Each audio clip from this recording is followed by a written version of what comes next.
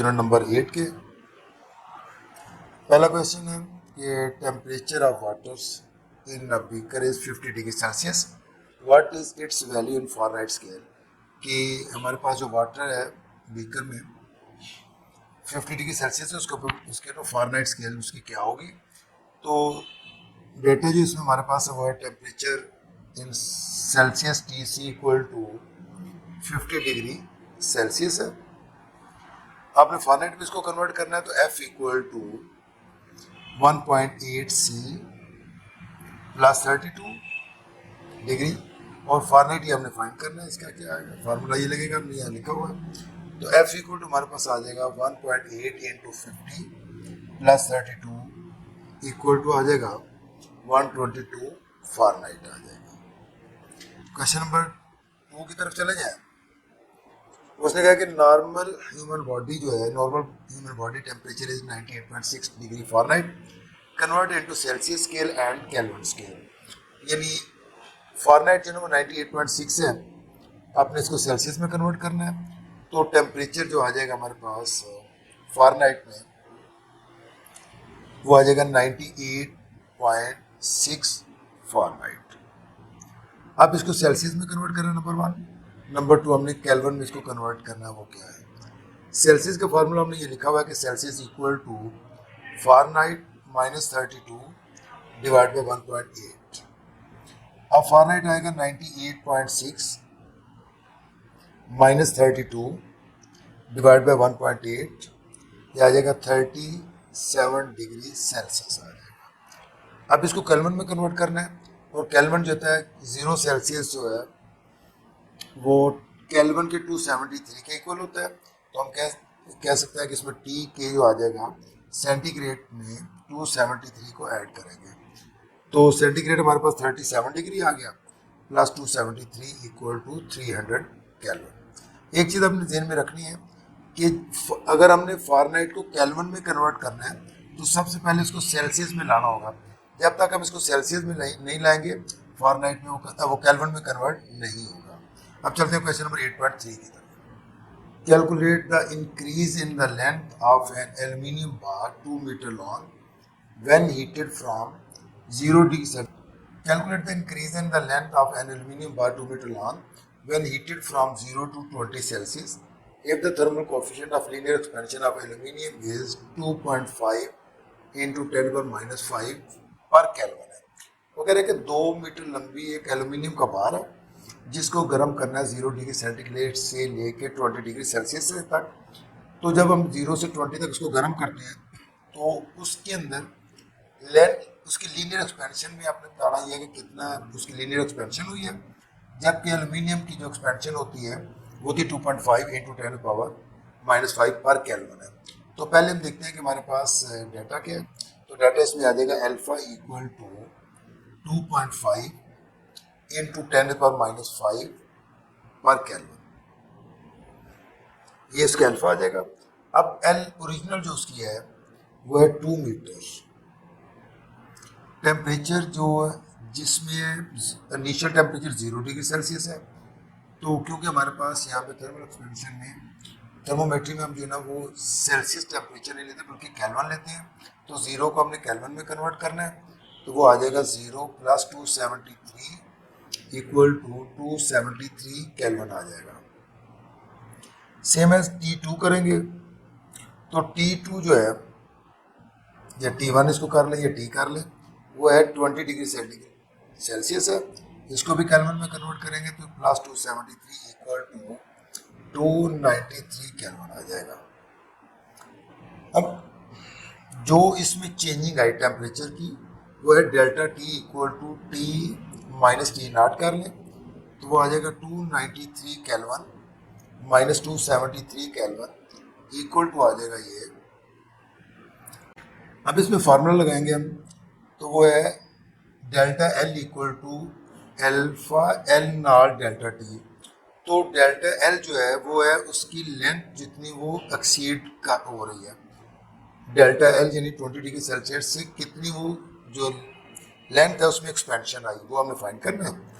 तो फार्मूला लग जाएगा delta L equal to alpha L nought delta T. अब इसमें वैल्यूज पुट कर देंगे। अल्फा की वैल्यू है 2.5 इंटू 10⁻⁵ पर केल्विन इंटू जो एल नॉट है वो 2 मीटर है और टेम्परेचर जो चेंजिंग आई है वो 20 केल्विन है। तो इनको सिंप्लीफाई करेंगे तो ये आ जाएगा हमारे पास 0.1 सेंटी, 0.1 ये मीटर में आ जाएगा, 0.1 इंटू 10⁻⁻² मीटर, या इसको करेंगे 0.1 सेंटीमीटर आ जाएगा। ये कैलकुलेट करेंगे ना तो 0.1 इंटू 10⁻⁻² मीटर आ जाएगा और उसको हम सेंटीमीटर में कन्वर्ट कर लेते हैं। अब आ जाते हैं क्वेश्चन नंबर 8.4 के ऊपर। 8.4 जो है वो है कि balloon contain 1.2 metre cubic air at 1.5 degree celsius, find its volume at 40 degree celsius, thermal coefficient of volume expansion of air is 3.67। वो कहता है एक बैलून है जिसके अंदर 15 डिग्री सेंटीग्रेड के ऊपर जो है 1.2 मीटर क्यूबिक उसके अंदर एयर है, उसका वॉल्यूम 40 डिग्री सेल्सियस के ऊपर देखना क्या है, जबकि thermal coefficient of volume expansion जो है ना वो 3.67 इंटू 10⁻³ पर केल्विन हो गया। तो अब देखते हैं कि इसमें T1 जो है वो आ जाएगा 15 डिग्री सेल्सियस जो इनिशियल टेम्परेचर है इसका, इसको भी कन्वर्ट करना है आपने केल्विन में। तो 15 + 273 इक्वल टू हमारे पास आ जाएगा 88 केल्विन। T2 हमारे पास है 40 डिग्री सेल्सियस और ये आ जाएगा 40 + 273, तो ये बनेगा 313 केल्विन। अब जो चेंज इन टेम्परेचर है वो आ जाएगा 40 degree Celsius 288 313 - 288 equal to 25 kelvin आ जाएगा। ये डेल्टा टी उसका जो टेम्परेचर चेंज होगा वो आ जाएगा। तो अब उसका जो वॉल्यूम है ओरिजिनल वो है, ओरिजिनल वॉल्यूम 1.2 मीटर क्यूबिक है और जो बीटा एक्सपेंशन है वॉल्यूमेट्रिक एक्सपेंशन उसको है 3.67 इंटू 10⁻³ तो -3 पर केल्विन आ जाएगा पर केल्विन। और फार्मूला जो लगे क्योंकि हमें चाहिए V, आपने फाइंड करना है इसका, यानी 40 डिग्री सेंटीग्रेड के ऊपर उसका जो है ना वो उसका वॉल्यूम क्या होगा इन 25 केल्विन के ऊपर जो इसके चेंज इन टेम्परेचर हुआ। तो V हमारे पास आ जाएगा equal to V0 into 1 + beta delta T। तो V इक्वल टू आ जाएगा V0 है उसका 1.2 मीटर क्यूबिक इंटू 1 + बीटा आ जाएगा 3.67 इंटू 10⁻³ पर केल्विन एंड टेम्परेचर है 25 केल्विन। तो ये आ जाएगा 1.2 इंटू 1 + 0.09175 इंटू मीटर क्यूब हो जाएगा। तो इसको सिंप्लीफाई करेंगे तो आ जाएगा ये 1.3101 मीटर क्यूबिक। तो 40 डिग्री सेंटीग्रेड के ऊपर उसका जो बैलून का वॉल्यूम है वो 1.3101 मीटर क्यूबिक हो जाएगा। अब चलते हैं क्वेश्चन नंबर 8.5 के ऊपर। How much heat is required to increase the temperature of 0.5 kg of water from 10 degree celsius to 65 degree celsius. तो वो कह रहा है कि 0.5 kg वाटर है जिसका टेम्परेचर 10 से 65 सेल्सियस तक करना है, तो उसको हीट कितनी रिक्वायर्ड होगी। तो इसके लिए फार्मूला लगता है हीट रिक्वायर्ड के होता है डेल्टा क्यू स्पेसिफिक हीट के लिए, delta Q equal to CM delta T, ये इसका फार्मूला लगेगा। तो अब इसमें जो डेटा क्या दिया हुआ है, स्पेसिफिक हीट उसकी है वो है वाटर की 4200 जॉल पर kg पर केल्विन। अच्छा ये जो ना स्पेसिफिक हीट बसा का वो क्वेश्चन में नहीं देते हैं, तो इसको आप लोगों ने याद कर लेना है कि स्पेसिफिक हीट ऑफ वाटर जो है ना 4200 जॉल पर kg पर केल्विन है। अब जो मैस है वो है 0.5 kg, temperature T1 10 degree celsius है, इसको केल्विन में कन्वर्ट कर लें तो 10 + 273 equal to 283 kelvin. T2 65 degree celsius है, इसको भी केल्विन में कन्वर्ट कर रहे हैं तो 65 प्लस 2 73 इक्वल टू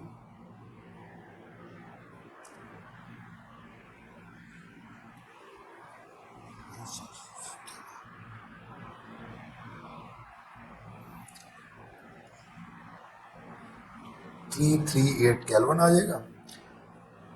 अब वैल्यूज फार्मूले में पुट कर दें क्योंकि हमें हीट चाहिए, तो हीट के लिए फार्मूला होगा delta Q equal to C M delta T.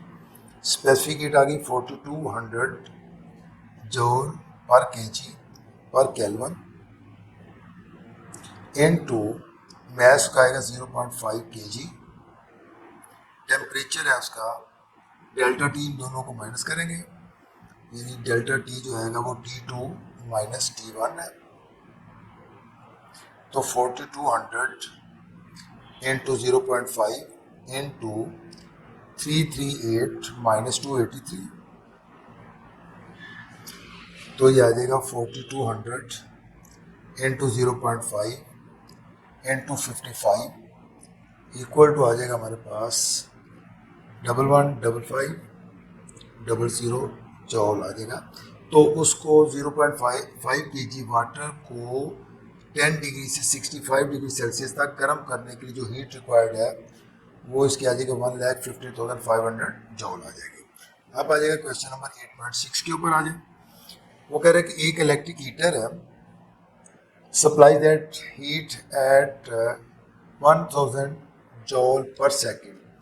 तो वो कह रहे हैं कि एक हीटर है जो कि एनर्जी सप्लाई कर रहा है, हीट सप्लाई कर रहा है 1000 जॉल पर second. How much time is required to reach temperature of 200 of water. अब वाटर लेना है 200 ग्राम, आप ले लें 200 ग्राम वाटर लेके उसको करना है गर्म 20 डिग्री सेल्सियस से 90 डिग्री सेल्सियस तक। तो आपने देखना ये है कि उसको कितना टाइम चाहिए होगा, उसको 1000 जॉल पर सेकेंड को 20 से 90 डिग्री सेल्सियस तक टेम्परेचर चेंज करने के लिए कितना टाइम रिक्वायर्ड होगा वो आपने फाइंड करना है। तो पहले हम देखते हैं कि इसमें डाटा क्या लिखा हुआ है। मैस वाटर का दिया हुआ है 200 ग्राम, 200 ग्राम को हम पहले किलोग्राम में कन्वर्ट करते हैं तो आ जाएगा 0.2 kg। इसके बाद स्पेसिफिक हीट ऑफ वाटर वो बुक में याद रखनी है आप लोगों ने 4200 जूल पर केजी पर केल्विन। टेम्परेचर T1 जो है 20 सेल्सियस है, इसको कन्वर्ट करना है केल्विन में, 20 plus 273 equal to 293 kelvin. T2 जो है 90 डिग्री सेल्सियस तक हमने उसको हीट करना है, तो वो आ जाएगा 90 प्लस 273 इक्वल टू 363 केल्विन आ जाएगा। अब जो चेंज हमने करना है उसको केल्विन का डेल्टा टी आ जाएगा 363 kelvin minus 293 kelvin equal to 70 kelvin. अब क्यू जो है पहले हम देखते हैं कि हीट उसको कितनी रिक्वायर्ड है, तो हीट आ जाएगी Q equal C M delta T. तो हीट स्पेसिफिक हीट हम लगाएंगे इसमें, वो आएगी 4200 जॉल पर केजी पर केल्विन इनटू मैस का है 0.2 kg। डेल्टा टी जो है वो आएगा 70 केल्विन। तो हीट जो रिक्वायर्ड है वो है 58,800 जॉल आ जाएगी। अब जो नॉर्मली हम लेते हैं ना, वो कह रहा है कि हीट जो होती है ना वो 1000 जॉल पर सेकेंड है, यानी एक सेकेंड में 1000 जूल जो है ना वो हीट। उसने लिखा हुआ है यहाँ पे कि हीट जो है ना सप्लाई कर रहा है इलेक्ट्रिक हीटर वो है 1000 जॉल पर सेकेंड। इसका मतलब कि 1000 जॉल जो है वो जो हीट दे रहा है वो 1 सेकेंड में दे रहा है, 1000 जॉल पर सेकेंड है। तो इसका मतलब है कि 1 जॉल जो है 1 जॉल जो गर्म करेगा वो 1/1000 सेकेंड में करेगा। अब यहाँ पे हमारे पास 58,800 जॉल है, तो हमें देखना है कि इसके लिए कितना टाइम उसको रिक्वायर्ड होगा। तो टाइम जो रिक्वायर्ड आएगा वो आएगा 1/1000 इनटू 58,800 जॉल आ जाएगा, क्योंकि एक सेकंड जो है ना, एक 1 जॉल 1/1000 सेकंड के लिए होता है, तो 58,800 के लिए कितना टाइम रिक्वायर्ड होगा, तो इनको कैंसिल करेंगे तो ये आ जाएगा हमारे पास 58.8 सेकंड आ जाएगा। तो इसका मीन है कि जो टाइम जो रिक्वायर्ड है उसको, time required to raise temperature is 58.8 second. अब हम चलते हैं question number 8.7। How much ice will melt by 50,000 joule of heat, latent rate of fusion of ice is 3,36,000 joule पर केजी। तो हमने देखना ये है कि उसको मेल्ट होने, यानी इतनी हीट से वो कितनी आइस मेल्ट होगी ये हमने फाइंड करना है। तो सबसे पहले देखते हैं कि जो हीट उसको, अमाउंट ऑफ हीट जो दे रहे हैं वो कितनी है। Amount of heat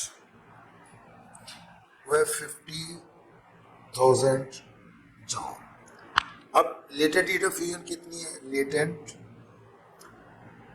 heat of fusion ice की वो है 3,36,000 जॉल पर केजी।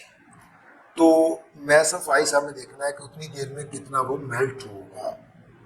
तो मैस ऑफ आइस हमने m फाइंड करना है, वो क्या है।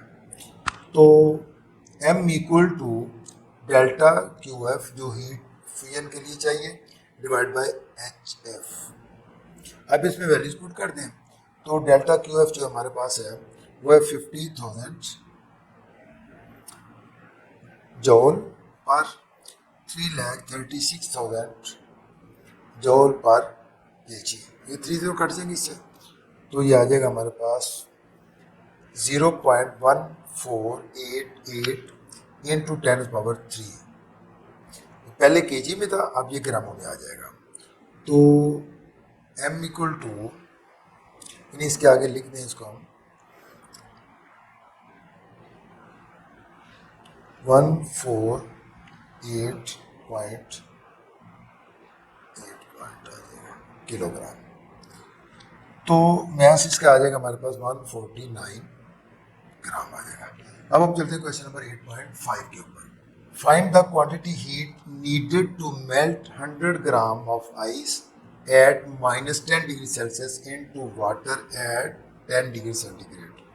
अब इसमें हमें पता है कि जब बर्फ मेल्ट होती है तो -10 डिग्री से 0 डिग्री सेंटीग्रेड तक यहाँ पे उसको हीट तो चाहिए, यानी डेल्टा क्यू तो उसको चाहिए, बट टेम्परेचर इसके ऊपर चेंज नहीं होगा।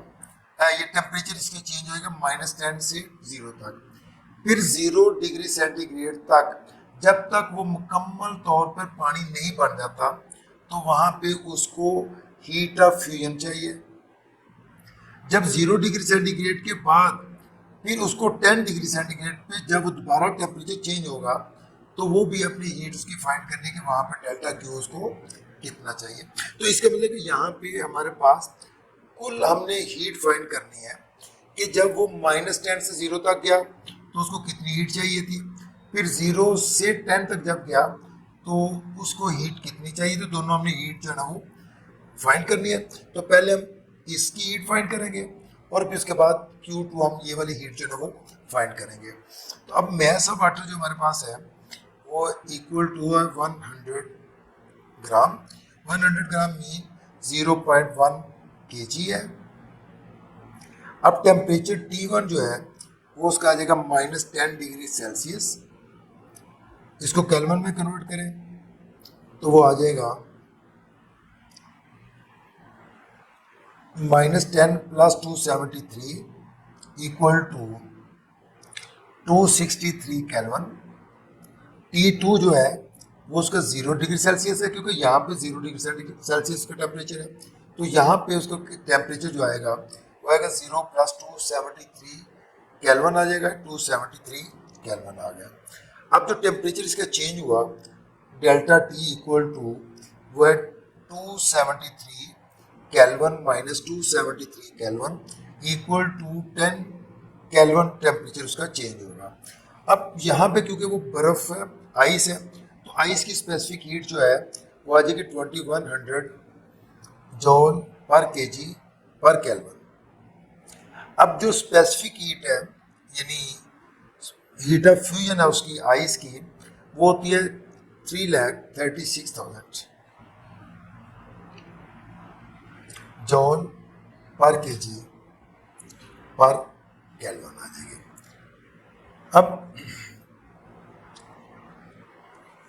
अब हम फार्मूला लगाते हैं। अब देखना ये है कि जो हीट उसको चाहिए Q1 वो कौन सी है, वो -10 0 सेल्सियस से 0 सेल्सियस तक हमें हीट चाहिए, वो क्या होगी, तो वो आ जाएगी CM delta T plus M into HF आ जाएगा। तो इसमें वैल्यूज पुट कर दें, तो C जो स्पेसिफिक हीट है वो आ जाएगी 2100 जॉल पर केजी पर केल्विन, मैस 0.1 केजी है, टेम्परेचर जो है उसका चेंज हुआ है वो 10 केल्विन है, प्लस मैस फिर वही आ जाएगा 0.1 केजी, और जो हीट ऑफ है उसकी फ्यूजन वो है 3,36,000 जॉल पर केजी पर केल्विन। अब इनको सिंप्लीफाई करेंगे तो वो आ जाएगा 2100 प्लस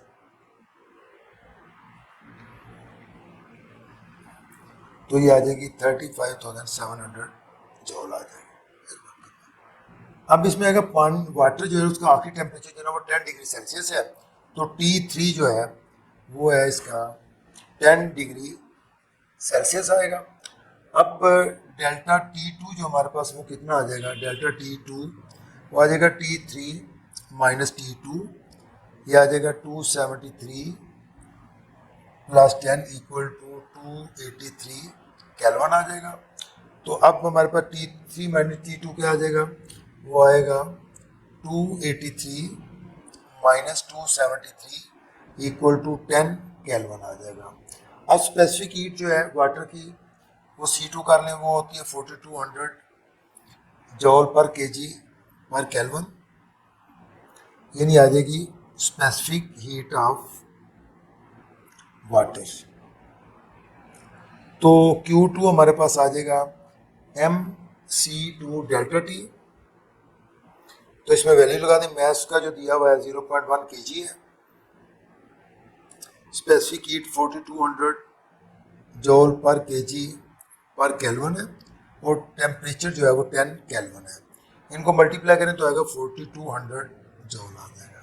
अब टोटल हीट जो हमें चाहिए दोनों की, हमने पहले वही जो हमने पहले कहा था कि 10 से 0 तक, फिर 0 से प्लस 10 तक, -10 से 0 से 10 तक, तो वो हमारे पास आएगी 35,700 जॉल एक आ गई, प्लस 4200 जॉल आ गई, तो ये टोटल बनेगी 39,900 जॉल आ जाएगी। अब हम चलते हैं क्वेश्चन नंबर 8.9 की तरफ। How much heat is required to change 100 gram of water at 100 degree celsius into steam, यानी वो कह रहा है कि 100 ग्राम वाटर है और उसको 100 डिग्री सेंटीग्रेड के स्टीम में लाना है, उसको कितनी उसको हीटेड चाहिए, जबकि हीटेड लेटेड हीट ऑफ वेपराइजेशन जो है वो 2.6 इंटू 10⁻6 जॉल पर केजी दी हुई है। तो वाटर ऑफ मैस जो ना M इक्वल टू है 100 केजी, 100 ग्राम है ये, तो इसको किलोग्राम पहले कर लें, 100 ओवर 1000 इक्वल टू 0.1 केजी आ जाएगा।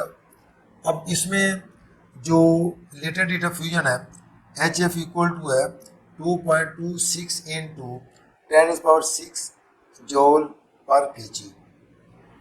अब हमें चाहिए वो हीट चाहिए, तो delta QF equal to M into H vaporisation की आ जाएगी।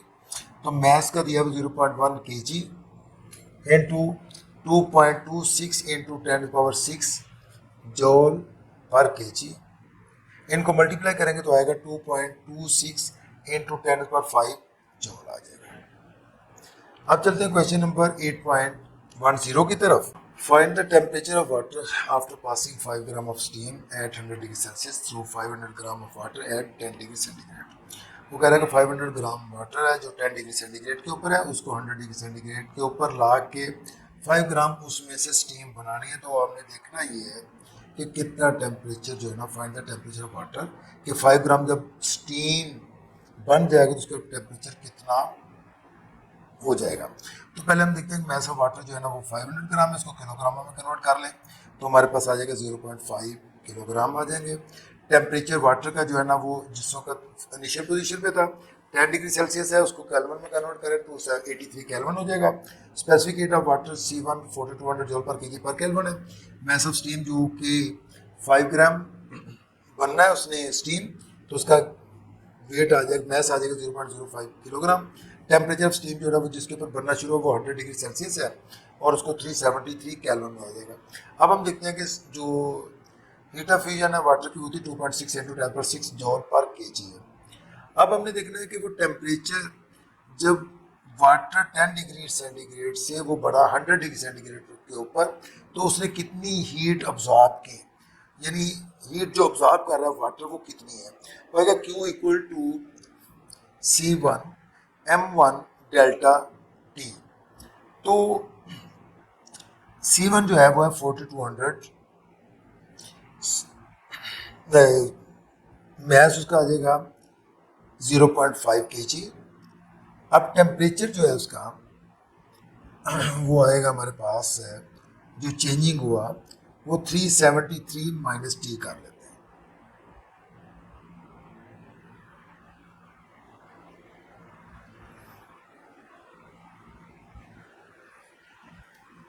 तो इसमें ना ये था लिखा गया था, ये टेम्परेचर मैंने गलत लिखा था, ये 4200 इंटू 0.5 और डेल्टा T जो है ना वो T2 माइनस 10, क्योंकि हमने वो टेम्परेचर फाइंड करना था जिसके ऊपर वो स्टीम बना।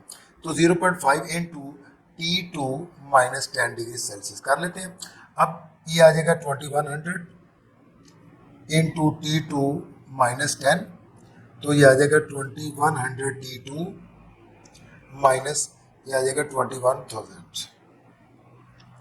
अब जो जब वो मैस जो था वो वेपराइज हो रहा था तो उसने जो हीट अब्जॉर्ब की वो आएगी M इंटू एच वी आ जाएगा। तो मैस का आएगा 0.005 किलोग्राम ये स्टीम है, इंटू इसकी जो एच वी है वो है 2.26 इंटू 10⁶ है, तो ये आ जाएगी 11,300 जॉल आ जाएगी। यानी ये क्योंकि जब वाटर था 100 डिग्री सेंटीग्रेड तक गया तो 100 सेंटीग्रेड के बाद उसने जो 5 ग्राम उसमें स्टीम बन रही थी वहाँ पे टेम्परेचर उसका चेंज नहीं हो रहा था। तो अब हमने देखना है कि वहाँ पे क्योंकि हीट उसको कंटिन्यूस मिल रही है तो हमने देखना है कि जो उसकी हीट उसने अब्जॉर्ब की वो हीट अब्जॉर्प्शन उसकी जो है वो कितनी है, और फिर यह कि जब वो ऊपर जाएगा तो वहाँ पे उसने हीट कितनी रिलीज करनी है वो भी हमें देखनी है। तो अब हमने देखना है कि हीट ये तो ऑब्जॉर्प्शन आ गई, अब हीट कितनी वो रिलीज कर रहा है वो देखते हैं हम लोग। तो Q equal to C M delta T, ये वो है टेम्परेचर जिसपे वो हीट एब्जॉर्ब कर रहा है, वो जब वो स्टीम बन तो वो खारिज कर रहा है क्योंकि वहाँ टेम्परेचर चेंज नहीं हो रहा। तो ये आ जाएगा 4200 इंटू 0.05 इंटू टेम्परेचर जो है ना वो 100 उसको का टेम्परेचर था और T2 हमारे पास वो टेम्परेचर था जिसके ऊपर वो चेंजिंग आई।